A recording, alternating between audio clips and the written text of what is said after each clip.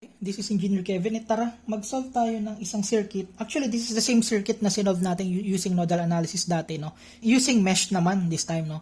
And yung I3, yung pinapahanap ulit, sa nodal, ang I3 is 0.579 ampere. So, let's see if mapapalabas natin siya. Using mesh. For mesh, una, gawa ka na muna ng mesh current. Gagawa na ako. Tapos, yung loop ko, pag ganito. So, pag ganito siya. Ayan. Tapos, pag ganito din yung loop ko. So, pag ganito naman yung I1. I1 and I2, pag ganito yung loop nila. Yan yung una kong gagawin. Second, siguro gagawin ko na rin siya ng simple KCL, if I may, sa I3. So, from, ito na yung I1, ito na yung I2. So, yung direction ng I3 is gagawin ko siyang pababa because typically kasi yung current nagagaling mula sa higher potential papunta sa lower potential. At kung titingnan natin, ito yung ground natin. After that one, siguro ito na lang yung una kong gagawin ng equation. No? I1 kasi to. So, I1 is equal to yung mga lumalabas, no? Which is I2 plus I3. Ayan, no? Ito kasing I3 yan. Ito yung I2, tapos ito yung I1. Ayan. Tapos i-rearrange ko lang siya. So, I1 minus I2 minus I3 is equal to 0.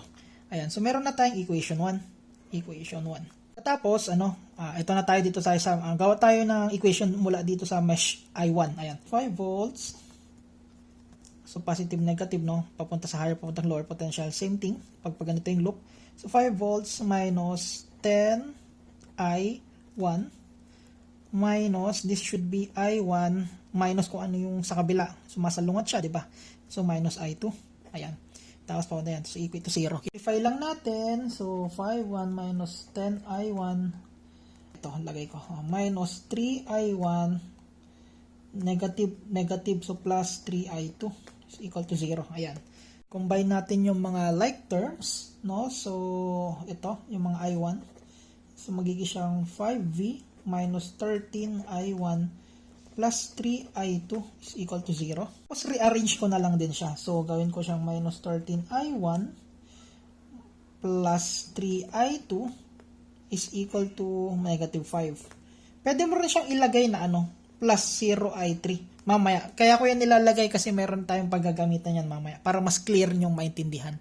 And so for this one, pwede natin siyang tawaging equation 2. Gawa tayo ng equation 3 sa pangalawang mesh. So for this one, wait lang. Since ito yung current, ang magiging polarity nito pagpapasok siya dito. Kasi ganun yung ginawa kong current eh. Nas positive itong baba, negative to. Positive to, negative to. Ayan. So pag ganun yung ikot natin. So start na tayo, no? Negative 3, ito. Minus 3i2 minus i1. Ayan o. Tapos i1 yung dumaan dito. Ayan. Tapos minus, kita ba sa video? Ayan. 5i2 equate natin sa 0. Ayan. So meron tayong minus 3, negative 3, minus 3i2 plus, ayan, 3i1 minus 5i2 is equal to 0. Combine like terms, itong dalawa. So minus 3 minus 8i2 plus 3i1 is equal to 0. I-rewrite ko lang. Ayan, so i-rewrite lang natin tong equation, no? So gagawin natin siya. Ito yung mga unang terms, yung i1. So 3i1 minus 8i2. Ayan. Sabihin na natin plus 0i3. Nilalagay ko lang yan para mas madaling maintindihan. Is equal to, ayan yung minus 3. So, ililipat ko sa kabila. So, magiging positive 3. So, meron tayong equation 3. Ayan. So, ayan. So, ito yung mga equations. Kasi, bala ko siyang gamitan ng Cramer's rule. So, ganito lang siya. Sana makasunod kayo, no? Lalagay ko lang yung mga coefficients nila, no? So, this one is 1, negative 1, negative 1. Tapos, ito, negative 13, 3, 0. Unit. Kaya, pinalagay ko yung 0 kanina sa equation. Although, hindi naman needed. Tapos, dito, 3, minus 8, at 0 ulit. Ayan. Gaganito natin siya. Sa nakita sa video. Tapos, iano natin sa I1, I2, I3. Ayan. Tapos, equate natin, o equal natin siya kung ano lang naman yung mga yan. So, 0, minus 5, and then 3. Tapos, ang gusto natin makuha is yung value ng I3. So, ang value lang naman ng I3 is equal to yung determinant. So, ganyan yung determinant, di ba? Kopyahin nyo lang to kasi may numerator, denominator. Sa denominator na part, kopyahin nyo yung ginawa nyo original. No? So, kopyahin ko lang. Determinant nito.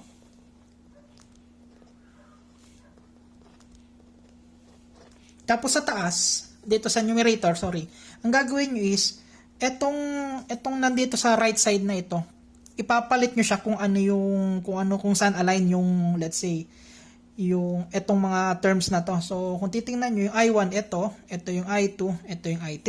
So, ang gagawin natin, itong I3 na part, papalitan natin neto. So, sulat ko na lang para mas madaling maintindihan. 3, yan, determinant pa rin yan. -1, 3, -8. Tapos, ito na yung kokopyahin natin tong 0, -5, 3.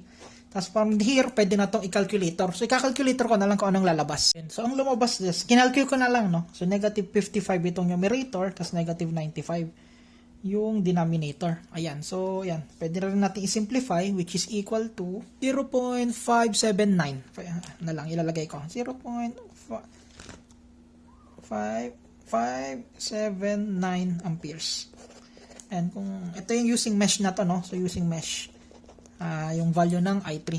Using mesh, napalabas natin 0.579. Kung titingnan natin, parehas sa using nodal, no? So, tama yung sagot natin. 0.579 amperes using nodal. Yung last video ko, sana napanood nyo. Then, using mesh, ang lumabas is 0.579 then using mesh, no? Ayan, parehas lang yan. Sana may natutunan kayo. Hindi ko na talaga pinakita kung paano ako nag-determinant tsaka calcu technique about pagkuha ng determinant kasi baka iba tong sa Android app ko. So, baka naman sa mga nagbebenta ng calculator dyan, no, kung ano mang brand, para mapakita ko rin kung paano siya better i-calculate technique, no. But anyway, sana may natutunan kayo and thanks for watching. So, ito yung final answer natin. Thank you!